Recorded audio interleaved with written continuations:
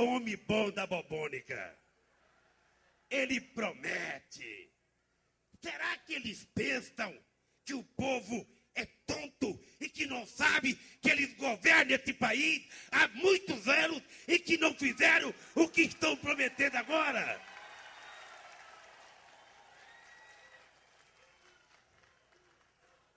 Presta atenção. Presta atenção. Em época de eleição, tem uma coisa que perde valor, que tem valor a vida inteira. Mas em época de eleição perde valor. E tem uma coisa que eles não dão valor, que ganha valor em época de eleição. Ou seja, quem perde o valor é banqueiro e rico. Porque não tem um político que tenha coragem de, na televisão, defender os ricos. Todo mundo defende pobrezinho. Todo mundo adora. Quanto mais pobre, mais eu adoro. Só que depois das eleições, que eles ganham, o primeiro café da manhã não é com os pobres, é com os ricos. O primeiro almoço que eles fazem não é com os pobres, é com os ricos. E a primeira janta que eles fazem também não são com os pobres, são com os ricos. Aliás, eu quero pedir desculpa. Não é apenas pobre. Eles não recebem reitores de universidades. Eles não recebem prefeitos de cidades. E eles não recebem estudante nem pensar. Estudante nem pensar. Eu lembro de um comício das diretas, com mais de 300 mil pessoas. E na hora que a gente foi para o palanque, um desses políticos, que eu não vou dizer o nome, me disse o seguinte: ô Lula, e o que a gente faz com o povo agora? Porque tem um tipo de político que só gosta do povo de longe. O povo de perto é mais esperto. O povo reivindica. O povo luta. E o povo quer conquista. É por isso que tem uma diferença, Dilma, entre nós e eles. Eu vou terminar o meu mandato e todo mês de dezembro, no dia 23, eu tenho uma reunião com os catadores de papel do Brasil, o tempo inteiro, embaixo de uma ponte. Embaixo de uma ponte lá em São Paulo.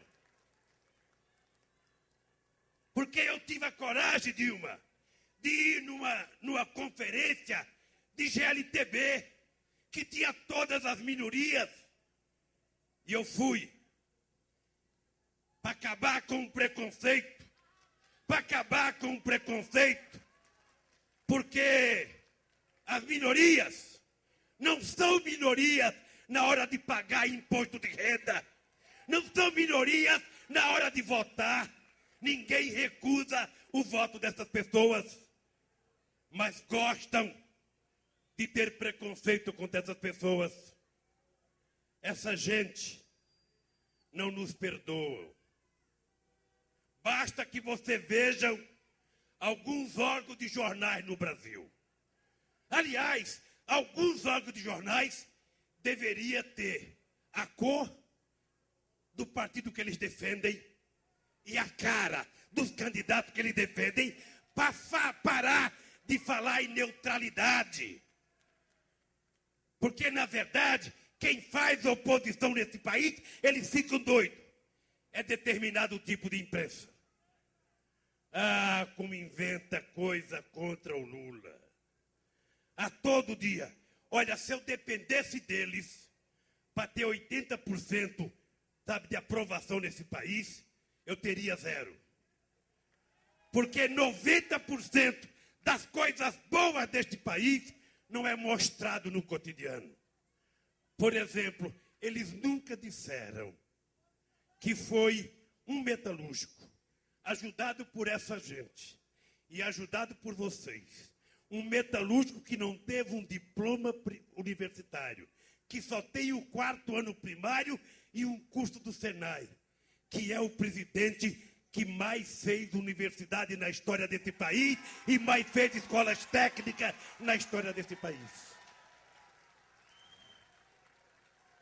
No século, eles fizeram 140. Em 8 anos, nós estamos fazendo 214 escolas técnicas neste país. Teve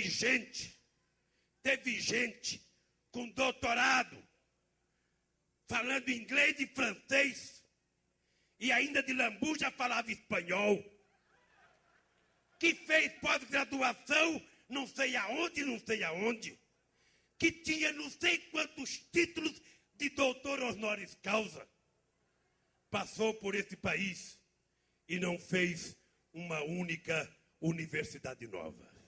Aprovou no Congresso a Universidade do Vale do São Francisco, mas quem colocou o primeiro tijolo e a última telha fomos nós, que inauguramos este ano a Universidade do Vale do São Francisco. Tinha gente que era reitor da Unicamp, foi ministro da Educação e não se reunia com reitores. Essa gente é que acha que tem sabedoria demais. Por isso, companheira Dilma, por isso, companheiro Hélio Costa, vocês têm que ter uma coisa a mais do que a arrogância tucana. A humildade humana é o que vocês têm que ter para enfrentar essa gente.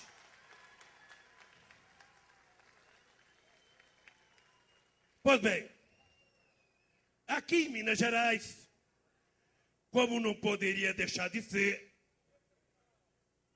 tem gente que gostaria que eu não viesse aqui.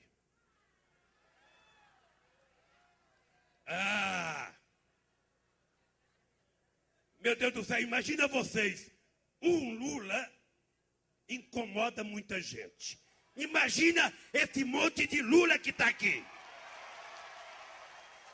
Imagina os milhões desse país que vão votar no Hélio e vão votar na Dilma. Incomoda. O que eles gostariam é que nós não existíssemos. O que eles gostariam é que esse negócio de peão querer ser presidente e agora mulher querer ser presidenta é demais. Aí não há quem aguente. Mas veja uma coisa. Esses dias o Hélio participou de um debate e o candidato oponente dele, que eu não vou falar mal porque eu não falo mal de ninguém, utilizou a palavra soberania. É preciso respeitar a soberania de Minas. Uma outra pessoa chegou a dizer, olha, Minas não precisa de ninguém vir aqui dizer em quem votar, porque a gente sabe o que tem que fazer. Ou seja, no fundo, é o seguinte. No fundo, essas pessoas acham que o Estado é uma espécie de um quintal em que eles são donos e que as pessoas não podem vir aqui. Eles é que vão até Pernambuco falar de política. Eles é que vão até o Rio Grande do Sul falar de política. Eles é que vão até a Bahia. Se eles têm vergonha dos candidatos deles, eu não tenho vergonha dos meus candidatos. Eles estão aqui com virtudes e defeitos, mas eles estão aqui. E são esses que eu confio. E são esses que eu posso pedir ao povo mineiro para votar, sabendo que o voto é livre e que cada um vota de acordo com a sua consciência. Mas Minas Gerais não é um estado menor. Minas Gerais não é um estado insignificante.